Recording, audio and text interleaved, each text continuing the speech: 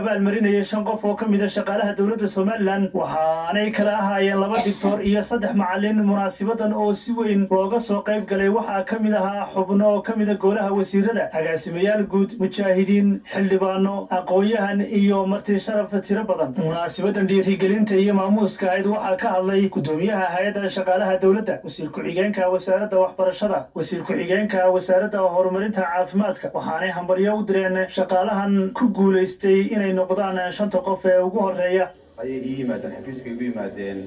koox ka socota accountability lab oo runtii kaashanaysa isirtiin tag oo ah urur loo kala markii aragtida ay sheegeen runtii aad baan u soo dhaweeyeen ula dhacay waana ujeedooyinka ugu waaweyn ee hay'adda shaqaaluhu ay u taagan tahay ee u dhisan tahay in koob shaqaalaha horumarkooda laga shaqeeyo annaguna ka wasaarad ahaan si gaar ah baan u xusaynaa labada doctor ee bulshadooda wanaagga ugu shaqeynaya haddaynu doonayno inay bulshada Soomaaliland ay noqdo dadka wanaagsan ee korka soo maraan waa inaynu barnaamijyadan oo kale aynu runtii dhiirigelino sharaf weyn bay tahay runtii inaan idinkala soo qayb galo munaasabadan aadka u qiimaha badan leh inaan aaminsanahay inay waqti qaadatay in la soo xulo dad ka mid ah bulshadeena oo mas'uuliyiin ah oo bulshadan u haya adeeg bixin kala duwan hadday noqoto adeeg bixin caafimaad iyo hadday noqoto adeeg bixin waxbarasho oo ay wax ka dhigayaan goobaha kala duwan waxbarashada dalka كيستودا مناسبة waxaa ka hadlay Dr. Adna Aadan Ismaaciil Mujaahid Cabdisalaam Yaasiin xildhibaan Axmed Xasan Master Jokom oo ka socday accountability lab oo ah qolada adduunka oo dhan ay ka wada ololaha taasi oo ay Soomaaliland qayb ka noqotay Soomaaliland kama aradna dadka Soomaaliga way badan yihiin waxa ka marxaatiya sida aynu dalkeena u dhisanay halkaynu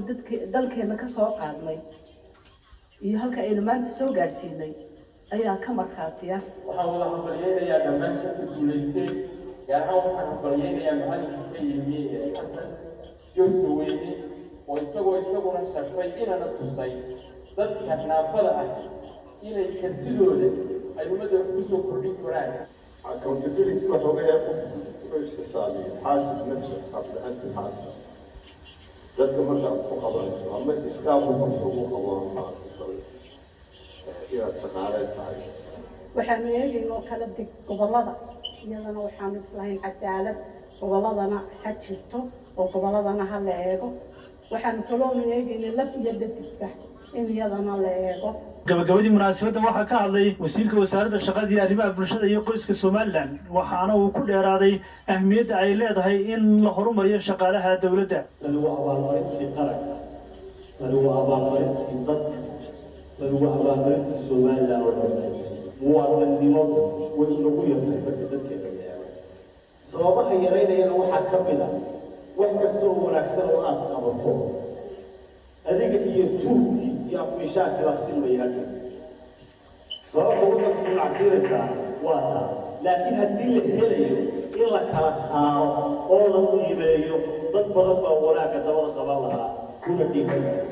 munaasabadan waxaa abaalmarino iyo maamuus la guddoonsiiyey 5 qof ee dadaalka iyo kartida muujiyay ee ka soo dhex baxay dhammaan shaqaalaha